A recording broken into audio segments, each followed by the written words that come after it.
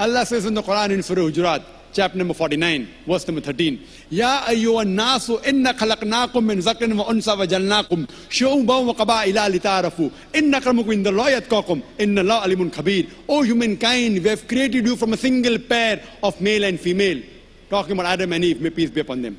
O humankind, we have created you from a single pair of male and female and have divided you into nations and tribes so that you may recognize each other, not that you may despise each other.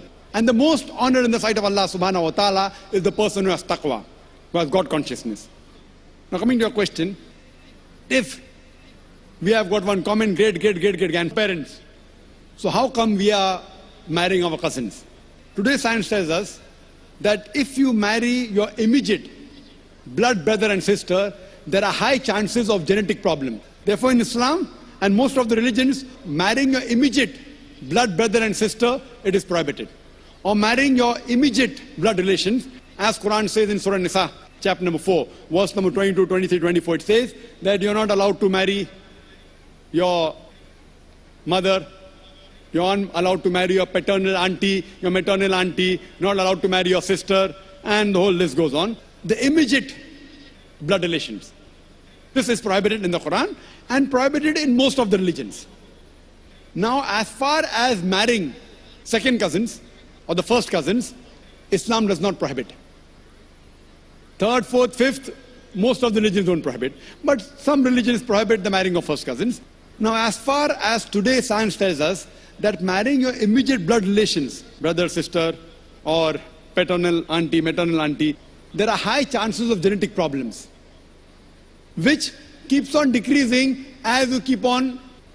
Even the first cousin, the chances are negligible, but there. In third, second cousin, third cousin, it is no problem at all.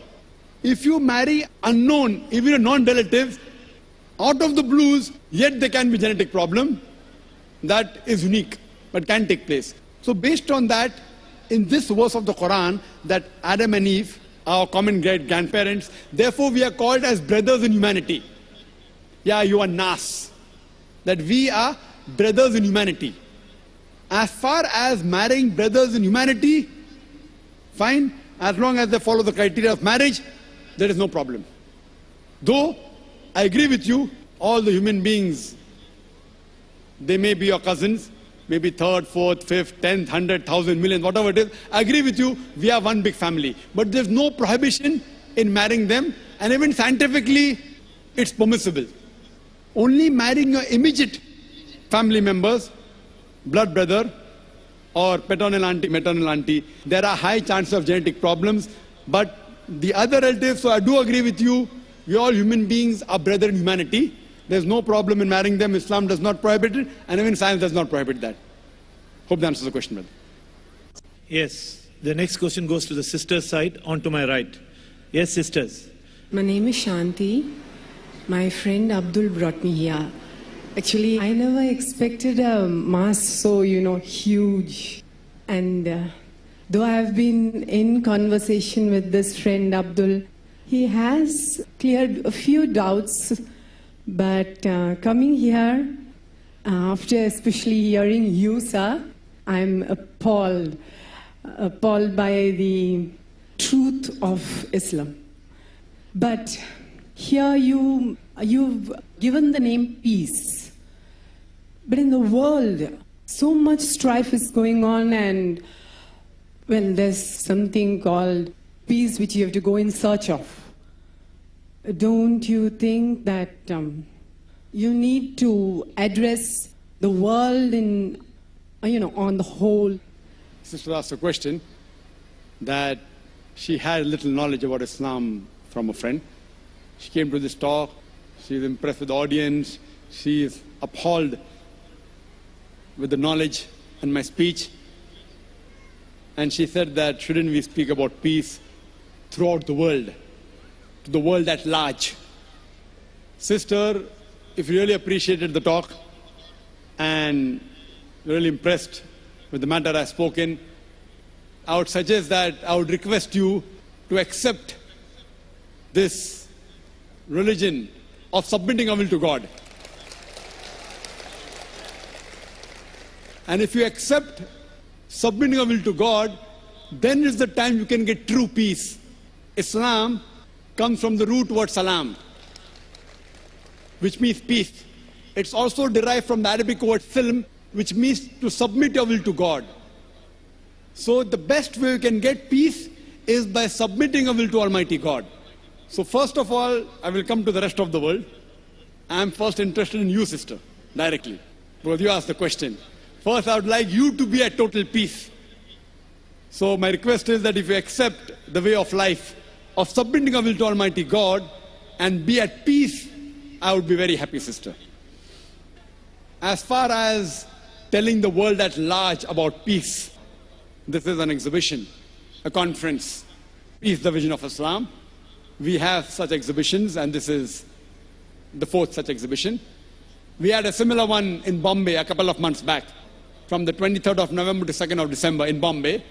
And the audience here, what you see on the last day, was multiple times more, 200,000. So if this impressed you, maybe 10, 15,000, that was 20 times more in Bombay.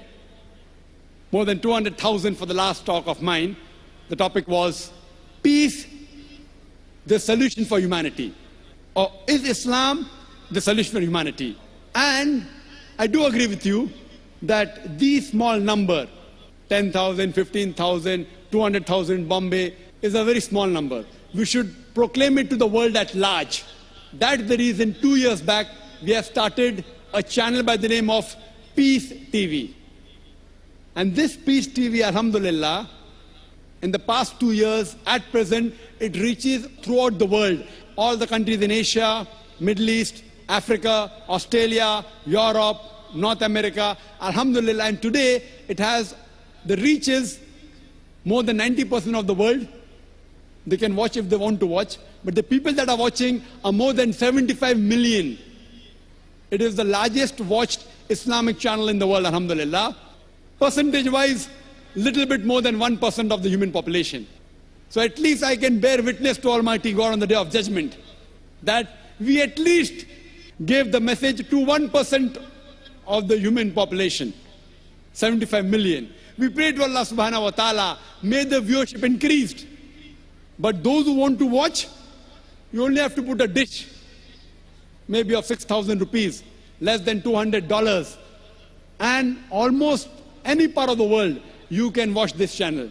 So we are also conveying this message of peace, Islam, throughout the world. But now I'm interested, sister, that hope you accept this message of peace.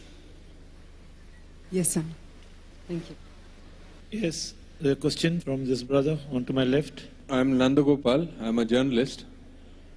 My question is, despite the striking similarity of the concept of God in most of the religions, why there is absolutely no compassion and increased intolerance between religions? How do you think this can be stopped? It's easy to tell to the world because we don't know where is the world, but you can tell us from the point how it can be stopped at the individual level. The brother asked a good question, that in spite of the striking resemblance, commonalities, similarities between the various world religions, why is there intolerance towards the different religions? Why?